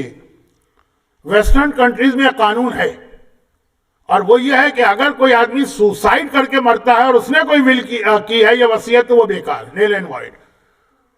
یہ اس سے ملتا جلتا مسئلہ. اس میں یہی ہے کہ مریض اسی طرح خودکشی کرنے والا، یا اسی طرح ایسے وقت میں اپنے مال کو خرچ کرنے والا جب یقینی موت ہے، بیماری نہیں ہے، یقینی موت. پانی کے جہاز ہے، وہ بیچ میں کہیں پیسیفک یا اٹلانٹک اوشن میں ڈوب رہا ہے، دور دور تک بچنے کا چانس نہیں ہے، ڈوب رہا ہے. اس وقت وہ کچھ چیزیں اگر استعمال دے لوگوں کو، موبائل اٹھایا کا میرا مکان اس کو دے دو، فلاں دے دو، سب بیکار. مرض موت اور ایسا جہاں موت نہ ہو، ایسا واقعہ کہ موت یقینی نظر آ رہی. یہ آغا سیستانی کا فتویٰ ہے. آج بھی دوسرے مراجع اس کو نہیں مانتے، اور پہلے والے بھی اچھا ماننے والے بھی بہت ہیں، لیکن پچھلے 50 سال میں شاید بہت کم. لیکن بہرحال آغا سیستانی کی تقلید، یہ سب حرام. اب بتائیے یہ جو حرام کسی کے گھر جا رہا ہے کہ جان بوجھ کے حرام کر رہا، جس نے ایسے مریض سے صدقہ لیا یا تحفہ لیا یا معافی مانگ لی. معافی تو لوگ مانگ لیتے ہیں، بھائی وہ میں نے تمہارے اتنے پیسے ایک زمانے میں کھا لیے تھے، مجھے معاف کر دو. وہ معاف کر بھی دے تو معاف کرنا بیکار. لیکن اس میں کہیں جو معافی مانگ رہا ہے تو اس کے اندر کہیں وہ نہیں ہے کہ جان بوجھ کے گناہ کر رہا. پھر یہ حرام کیوں آ رہا ہے اس کے پیٹ میں؟ یہ حرام کیوں آ رہا ہے اس کے بچوں کے کھانے میں؟ لا علم.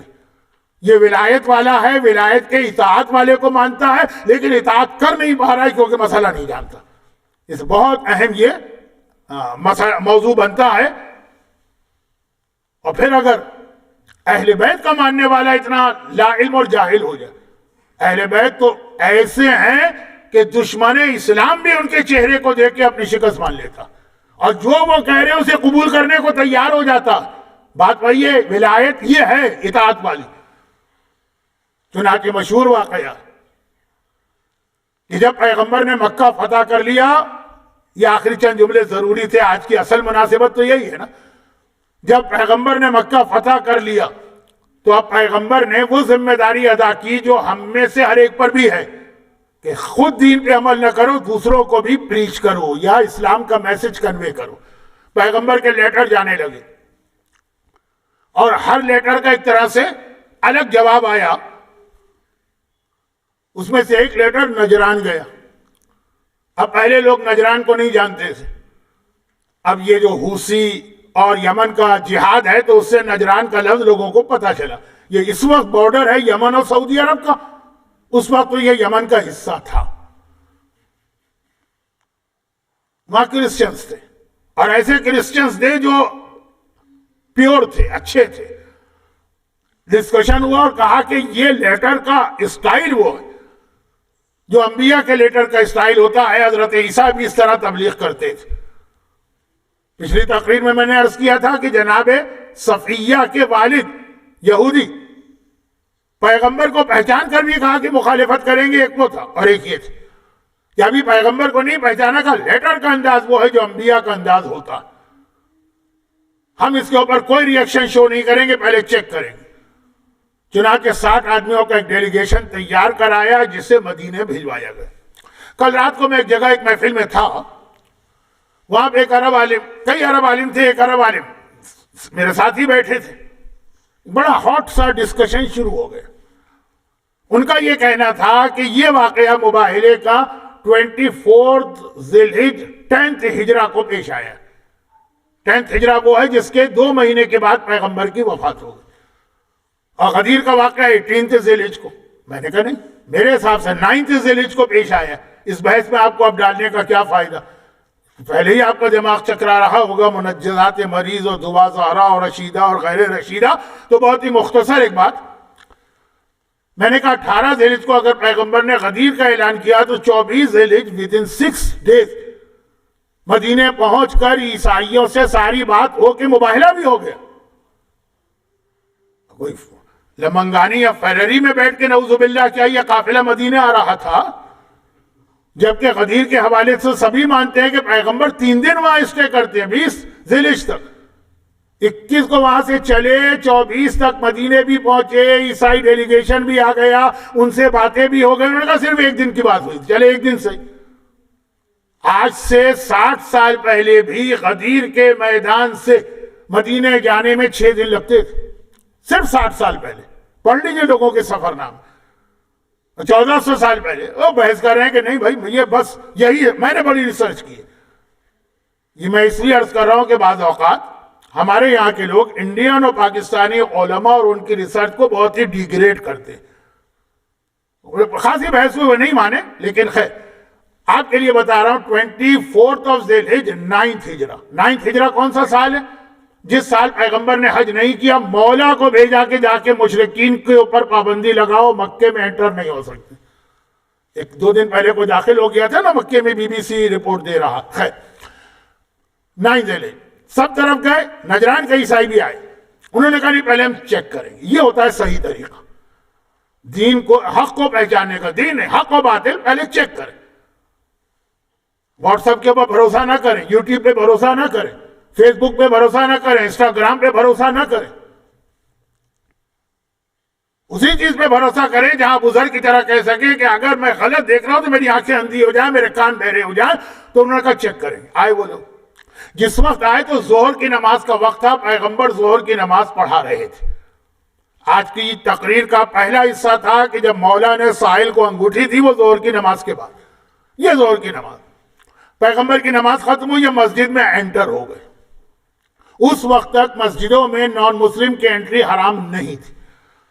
پیغمبر نماز ختم کی، اب انہوں نے اپنی عبادت شروع کی، اور ایسٹ کے ڈائریکشن میں جو عیسائیوں کے وہ گھنٹی ونٹی بجتی ہے عبادت کے لیے، وہ انہوں نے کیا، کیونکہ یمن ایسٹ میں تھا جہاں پہ ان کا سب سے بڑا اس زمانے کا چرچ تھا۔ یمن ایک بہت بڑی سیولائزیشن ہے، لیکن ایک ٹائم نہیں۔ خلاصہ یہ ہے کہ مسلمان جوش میں آ گئے، مارنے دوڑے کہ مسجد النبوی کے اندر غیر مسلم آ کر اپنے طریقے سے عبادت کر رہا۔ پیغمبر نے کہا رک جاؤ، یہ مہمان ہیں، جو ان کا دل چاہے اس طریقے سے عبادت کریں۔ ہمارے یہاں شیعت کے درمیان آپس کے اندر سر پھٹول ہوتا ہے، یہ اس طرح کیوں نماز پڑھتا ہے تو وہ اس طرح کیوں عزاداری کرتا ہے تو وہ اس طرح کیوں طریقہ اختیار کرتا ہے۔ پیغمبر نے کہا مہمان، اور پھر جو روایت ہے پیغمبر نے ان کو مسجد کے صحن میں خیمہ لگانے کی پرمیشن دی، اور وہ پیغمبر سے خالی 1 دن نہیں، جیسے وہ کل ایک عرب عالم بحث کر رہے تھے، کئی دن پیغمبر کا اور ان کے درمیان مناظرہ چلتا رہا۔ پیغمبر نے کہا کہ اسلام قبول کرو، انہوں نے کہا تو ہم تو آپ سے پرانے مسلمان ہیں، ہمارے پاس تو آلریڈی اسلام ہے، عیسیٰ اللہ کے سچے نبی تھے، ہم تو آپ سے پہلے سے ان کو مانتے آئے، آپ یہ نئے مسلمان کہاں سے آ گئے؟ بڑا انٹرسٹنگ مناظرہ تھا، دل چاہ رہا تھا کہ پڑھوں، لیکن آج ٹائم بھی نہیں، اور شاید علماء و ذاکرین اس کو پڑھتے بھی ہوں گے۔ کسی طرح سے وہ لوگ نہیں مانے تو آخر یہ طے ہوا فَقُلْ تَعَالَوْا نَدْعُ أَبْنَاءَنَا وَأَبْنَاءَكُمْ۔ اب دلیلوں سے بات نہیں چل رہی، قرآن کی آیتیں بھی آ گئی۔ پیغمبر نے کہا تم عیسیٰ کو خدا کا بیٹا کیوں مانتے ہو؟ کہا اس لیے کہ عیسیٰ بغیر باپ کے پیدا ہوئے۔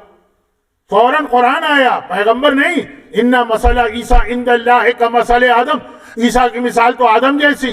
عیسیٰ اگر بغیر باپ کے پیدا ہوئے تو خدا کے بیٹے بن گئے، تو آدم تو بغیر باپ اور بغیر ماں دونوں کے بغیر پیدا ہوئے۔ اب قرآن تو نہیں کہہ رہا، لیکن میرا جملہ تو ان کو ڈبل خدا ہونا چاہیے، لیکن نہیں ماننا، میں نہ مانوں والا مسئلہ تھا۔ فَقُلْ تَعَالَوْا نَدْعُ أَبْنَاءَنَا وَأَبْنَاءَكُمْ تم اپنے بیٹوں کو لاؤ، ہم اپنے بیٹوں کو، تم اپنی عورتوں کو، ہم اپنی عورتوں کو، ثم نبتہل، پھر ہم مباہلہ کریں۔ مباہلہ مانے آمنے سامنے کھڑے ہو جائیں، اور فنجعل لعنت اللہ علی الکاذبین، ہاتھ اٹھا کے کہے خدا بندہ جو جھوٹا ہے اس پہ اللہ کی لعنت۔ یہ اس دعا مانگنے کا نام ہے مباہلہ۔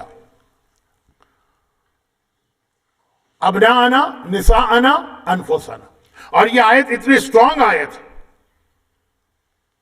کہ مردود ملعون عمر سعد کا باپ سعد ابن ابی وقاص معاویہ کا خاص آدمی تھا، لیکن ایک دن معاویہ نے اس کو پکڑ کے بلایا اور کہا کہ میں نے یہ اعلان کیا ہے کہ سارے مسلمان علی پہ لعنت کریں، تم کیوں نہیں کرتے لعنت؟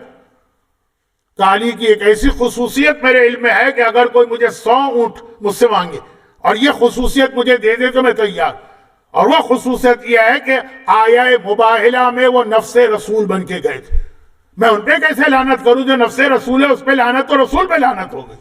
یہ عمر سعد جیسے ملعون کا ویسا ہی ملعون باپ وہ یہ کہہ رہا۔ اور پھر آپ کو 7ویں امام کا واقعہ ملے گا، ہارون نے کہا علی کے خلافت کی دلیل، 7ویں امام نے یہی آئے مباہلہ پیش کی، رسول ہے، رسول نہ ہے تو نفس رسول ان کی جگہ آئے گا۔ مامون نے 8ویں امام سے پوچھا علی کے خلافت کی دلیل، یہی آیت پیش کی۔ تو یہ آیت مباہلے کی آیت معصومین نے کئی جگہ پر اپنے جد علی ابن ابی طالب کی امامت کے لیے پیش کیا، وہ نفس رسول بن کے گئے۔ لیکن آغاز ہے ابناءنا، بقول اظہر حسن زیدی صاحب کے، قرآن نے کہا اب نہ آنا، باقی سب پہ پابندی لگا دی، بس یہ جا سکتے ہیں تم لوگ، اب نہ آنا، قطعاً اب کبھی نہ آنا۔ نساءنا، عورتوں کو لاؤ۔ اچھا، عورت کے 3 روپ اسلام کے اندر مانے گئے، ماں، بیٹی اور بیوی۔ آپ کہیں گے بہن بھی تو ہوتی، نہیں، اصل یہ 3۔ چنانچہ اگر کوئی آدمی مرتا ہے تو اس کی بہن کو اس کی میراث نہیں ملتی، اس کی ماں کو، اس کی بیوی کو، اس کی بیٹی کو ملتی۔ یہ تینوں نہ رہیں تب جا کے کوئی بھائی بہن کی بات۔ یہ تینوں اصل ہے۔ نساءنا، عورتوں کو لاؤ۔ پیغمبر ایسی عورت کو لے کے چلے جو اسی میدان مباہلہ میں کسی کی ماں تھی، کسی کی بیٹی تھی، کسی کی بیوی تھی۔ یعنی حدیث قصہ کا جملہ، ہم فاطمہ و ابوہا، بابا بھی ہیں، وہ بالوہا، شوہر بھی ہیں، وہ بنوہا، بیٹے بھی ہیں۔ جو حدیث قصہ میں خدا کا لفظ تھا، میدان مباہلہ میں وہ اہل بیت کا ایکشن تھا۔ اور پھر یہاں پہ آیت میں بھی آپ دیکھیں اور فیکٹ ہسٹری کا وہ بھی آپ دیکھیں، یہ اس طرح سے چلے۔ آیت نے کیا کہا؟ بیٹے شروع میں، نفس آخر میں، بیچ میں آیا عورت، یعنی فاطمہ درمیان میں لائی گئی۔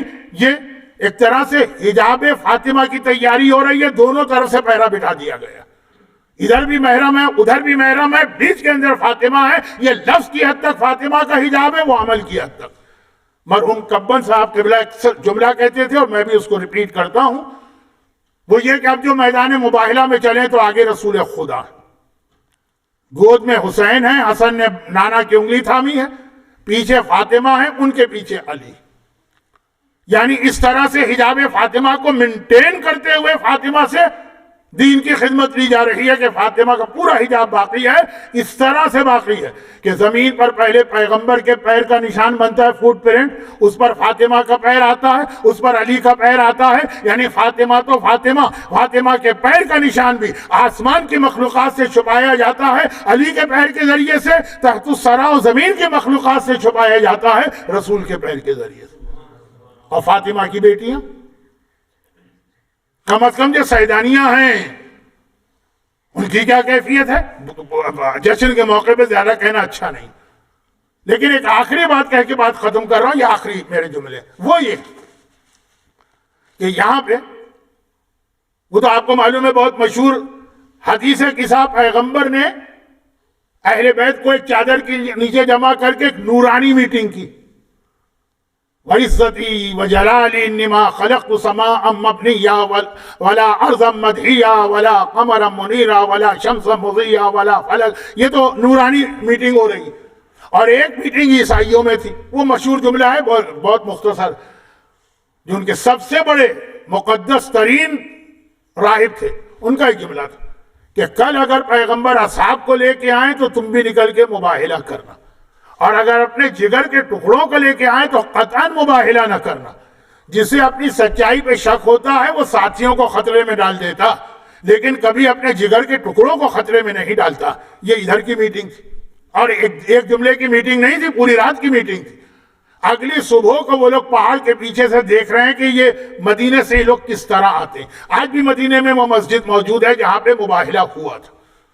پہلے اس کے بالکل سامنے رمادہ ہوٹل تھا، اب شاید اس کا نام چینج ہو گیا۔ خیر، تو خلاصہ یہ جیسے ہی یہ دیکھا کہ جگر کے ٹکڑے لا رہے ہیں، لیکن اس سے پہلے جملے ان کی زبان پہ آئے نا کہ اتنے سچے چہرے نظر آ رہے ہیں کہ اگر یہ پہاڑ کے ٹلنے کی دعا کرے تو پہاڑ بھی ٹل جائے۔ انہوں نے شکست مان لی، اور جو پیغمبر کا اسلام قبول کرو کا اسلام تو ہم قبول نہیں کریں گے، تو پھر جو جزیہ ہے وہ دے۔ پھر ہمارے ساتھ مل کے دشمنوں کے خلاف جہاد کرنا جب ہم پہ اٹیک ہو، کہا کہ نہیں، عیسیٰ نے ہمیں تلوار اٹھانے سے منع کیا ہے، ہم بہت ہی سلو آشتی والے لوگ ہیں۔ تو بہت زیادہ عیسائیت کہتی ہے نا کہ ہم تو بس we are love, love Jesus Christ is the love. ان کے مظالم پڑھیے تاریخ میں، لیکن اس وقت تک یہی تھا۔ کہا کہ ہم تلوار نہیں اٹھا سکتے، ہمارے نبی نے منع کیا ہے کہ ہر ایک سے محبت سے بات کرو، یعنی عورتوں سے بھی مردوں سے بھی۔ تو کہا اچھا، تو پھر اسلامی دنیا تمہیں پروٹیکشن دے گی تو اس کے لیے جو ٹیکس لگائے جاتے ہیں تم جزیہ دو۔ کہا یہ ہمیں قبول ہے، مان لیا انہوں نے۔ کرسچن اورینٹیلسٹ، بعد میں کرسچینٹی نے رخ چینج کیا سینٹ پال کے آنے کے بعد۔ یاد رکھیے بہت ہی خطرناک آدمی ہے، پوری کرسچینٹی چینج کر دی۔ اب اس میں تلوار بھی آ گئی، اب اس میں اور بہت خرابیاں آ گئیں، لیکن پھر وہ اسلام پہ اعتراضات میں کہتے ہیں اسلام تو تلوار سے پھیلا۔ تم یہ کہہ رہے ہو، ارے تمہارا اپنا واقعہ گواہی دے رہا ہے کہ جب تم پیغمبر کے پاس آئے تمہارے خلاف تلوار کیوں نہیں اٹھائی گئی؟ اس وقت تک تو پیغمبر پورا عرب فتح کر چکے۔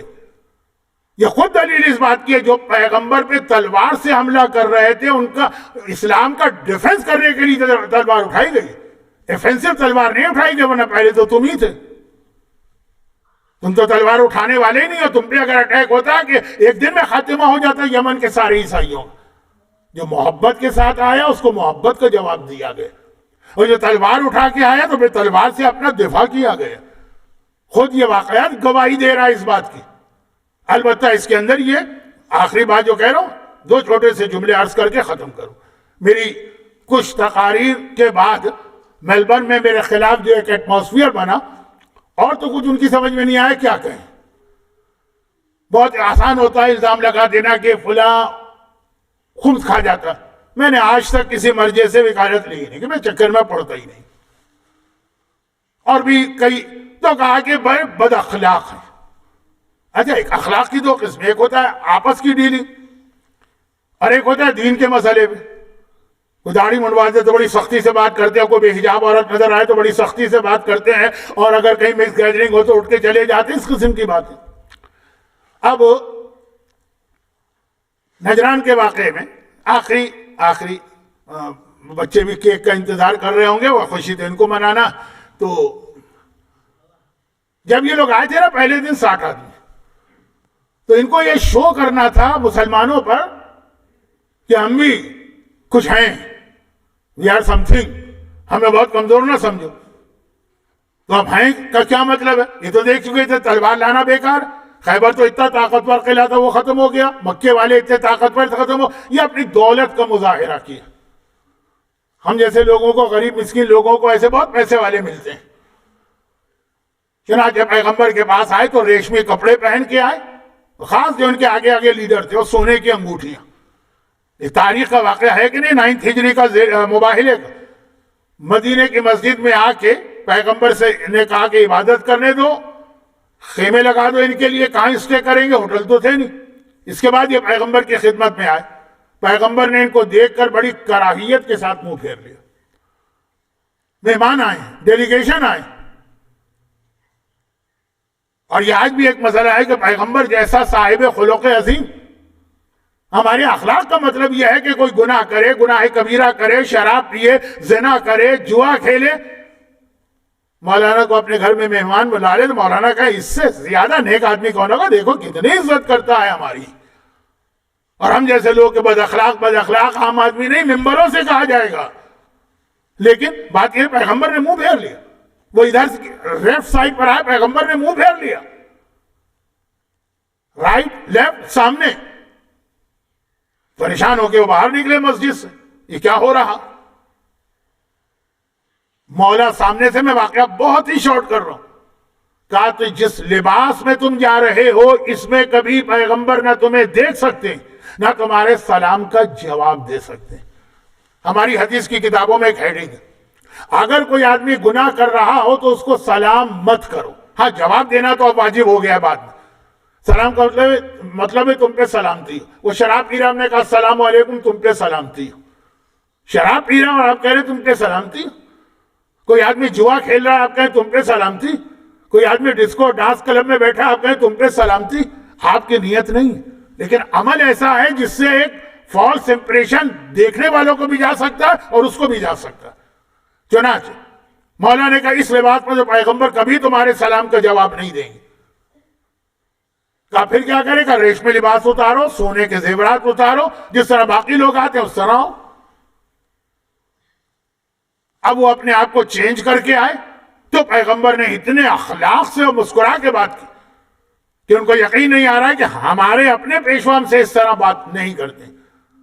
پیغمبر نے ایک لائن ڈرا کر دی کہ ذاتی معاملات میں اخلاق الگ ہے، اللہ کے دین کے بارے میں اخلاق الگ چیز۔ پیغمبر جیسا رحمت للعالمین، خلق عظیم اور آنے والے مہمان، اور اس طرح سے منہ پھیر رہا ہے تمام تاریخ متفق، خاص طور پہ جو ان کے آگے لیڈر تھے کہ تم کہتے ہو عیسیٰ عیسیٰ، تلوار نہیں اٹھائیں گے، عیسیٰ نے منع کیا، ہر ایک سے محبت کریں گے، عیسیٰ نے کہا۔ ارے تو عیسیٰ کی زندگی کتنی سادہ تھی، یہاں تو عیسیٰ یاد آ رہے، وہاں عیسیٰ یاد نہیں آ رہے کہ ریشمی لباس مت پہنو، سونے کی نمائش مت کرو، یہ شو آف کا ہے۔ ہمارے یہاں بھی یہ لوگ دین کا وہ حصہ لے لیتے ہیں جو اپنے آپ کو سوٹ کرتا ہے، جو اپنے خلاف جا رہے ہیں وہ بھول جاتے ہیں۔ آدھی چیزوں میں عیسیٰ یاد آ رہے ہیں، آدھی چیزوں میں اپنی مرضی چل رہی۔ خیر، ایک تو یہ پیغام تھا کہ اخلاق کا مطلب قطعاً نہ لیجیے وہ آپ کو گمراہ کر رہا جو کہتا ہے کہ مکس گیدرنگ ہے تم بڑی خوش اخلاقی کے ساتھ بات کرو۔ کیا اگر سیسانی کی کتاب میں نہیں لکھا ہے کہ واجب ہے وہاں سے بائیکاٹ کرنا، الا یہ کہ کوئی اتنا ڈھیٹ ہو، بے غیرت ہو کہ اس پہ اثر نہ ہو، پھر بیٹھ تو سکتے ہو لیکن کراہیت کے ساتھ۔ خیر، ایک بات، دوسری اور آخری بات، یہ نجران کے عیسائیوں نے دیکھا اور شکست مان لی، ابھی کوئی چیز ماننے کو تیار نہیں تھے، نہ عقلی آرگومنٹ، نہ پیغمبر کی باتیں، نہ قرآن کی آیتیں، اور ابھی مان لی۔ ہاں آپ نے کہا مانا اس لیے کہ پنجتن گئے، لیکن یہ مباہلہ پنجتن کی عظمت بتا رہا یا فقط عظمت فاطمہ بتا رہا؟ بھئی یہ چہرے دیکھ کے مان لیا، تو ان میں سے کون سا چہرہ ان کے لیے نیا؟ کیا رسول اللہ کو اب تک نہیں دیکھا؟ پہلی بار نجران کے عیسائی دیکھ رہے ہیں، مسجد میں پیغمبر سے بات کر کے آئے اتنی دیر، کیا علی کو نہیں دیکھا؟ پیغمبر علی، بلکہ علی نے ہی تو ان کو بتایا کہ جاؤ جا کے ریشمی کپڑے بدلو اور سونے کے زیورات اتارو۔ ہمارے تو کتنے نوجوان ایسے سونے کی چین پہن کے گھومتے ہیں نا، تو پیغمبر کے پاس، خیر علی نے کہا، علی کو نہیں دیکھا؟ علی کو تو اچھی طرح یاد کر لیا کہ اس نے وہ طریقہ بتایا جس کے بعد پیغمبر کا اخلاق ہمیں ملا۔ کیا حسن و حسین کو نہیں دیکھا؟ پیغمبر ممبر تک پہ بیٹھتے ہیں تو گود میں ایک طرف حسن کو لے کے بیٹھتے ہیں، ایک طرف حسین کو۔ چاروں پرسنالٹیز نجران کے عیسائیوں کے لیے نئی بھی نہیں تھی اور الگ الگ بھی نہیں تھی، چاروں ایک ساتھ مسجد میں دیکھا، صرف وجود فاطمہ، فاطمہ کا چہرہ نہیں دیکھا، میں نے تو کہا وہاں پیر بھی چھپایا جا رہا، خالی وجود فاطمہ، خالی فزیکل پریزنس فاطمہ کا، فزیکل بھی نکال دیجئے، خالی فاطمہ کا پریزنس۔ آج اگر ہماری اس مجلس میں بھی شہزادی کونین آتی ہیں، اللہ کرے کہ میرا بیان ایسا ہو کہ وہ بھی تشریف لائیں، تو خالی پریزنس وہ باقی اہل بیت کی عظمت کو اتنا بڑھا دیتا ہے۔ خالی پریزنس، خالی وجود سیدہ جو سر سے پیر تک اتنا چھپا ہوا ہے کہ پیر کا نشان بھی کوئی نہیں دیکھ پا رہا، لیکن خالی وجود فاطمہ اتنی برکتیں لے کے آتا ہے کہ رسول و علی و حسن و حسین کی عظمت فاطمہ کی وجہ سے بڑھ جاتی۔ اسی لیے حدیث کسا میں مرکز فاطمہ کو بنایا۔ تو مباہلہ، غدیر کا لفظ اچھا نہیں ہے، غدیر کے دولہا علی ہیں، مباہلہ کی دلہن فاطمہ ہے، غدیر علی کی حکومت کا اعلان ہے، اور مباہلہ فاطمہ کی اس عصمت و ولایت کا اعلان ہے جو رسالت و امامت کی سب سے بڑی مددگار بنتی۔ اور اس موقع کو ہم کیسے ضائع ہونے دیں؟ خدا بندہ تجھے واسطہ فاطمہ زہرا کی نظمتوں کا ہم فاطمہ تو وابوہا وبالوہا وبنوہا اللہم بحق فاطمہ وابیہا وبالہا وبنیہا والسر المستودع فیہا عدد ما احاط بہ علمک واحص بہ کتابک. جتنے صاحبان ایمان مرد اور عورتیں آج کی اس نورانی محفل میں جمع، جس میں ایک نہیں، دو نہیں، تین نہیں، 4 اتنی بڑی عیدیں جمع ہو گئی. انہیں دنیا اور آخرت کی ساری خوشیاں نصیب فرما بحق فاطمہ. ان کی پریشانیاں دور فرما، ان کی حاجتوں کو پورا فرما، ان کے مرحومین کی مغفرت فرما، جو بیمار ہیں ان کو شفائے کاملہ عطا فرما. کووڈ ایک مرتبہ پھر پھیلتا جا رہا ہے، خدا بندہ اس مضی مرض سے دنیا بھر کے انسانوں کو محفوظ فرما. خدا بندہ وہ فاطمہ جو سورہ دہر سے پہلے 3 دن روزہ رکھ کے فاقہ کر کے خوشنودی پروردگار حاصل کر رہی ہیں، ان کے اس عمل کا واسطہ صاحبان ایمان کے رزق حلال میں برکتیں عطا فرما. ہمارے مرحومین کی مغفرت فرما. دنیا بھر کے صاحبان ایمان کو ہر ظالم کے شر سے محفوظ فرما. پریشان حال لوگوں کی پریشانی دور فرما. اور ہمارے تمام علماء اور مراجع کا سایہ بھی ہمارے سروں پہ قائم و دائم فرما. اور وہ جو حکم امام کی روشنی میں فتویٰ دیتے ہیں ہمیں اس پہ عمل کرنے کی توفیق عطا فرما. اور خدا بندہ ہماری تمام پریشانیوں کے ہمیشہ ہمیشہ خاتمے کے لیے مباہلہ میں فاطمہ نے جو اسلام کو کامیابی دلائی، یہ کامیابی ساری دنیا کے لیے فاطمہ کے وارث و فرزند امام زمانہ کے ظہور میں تعجیل فرما.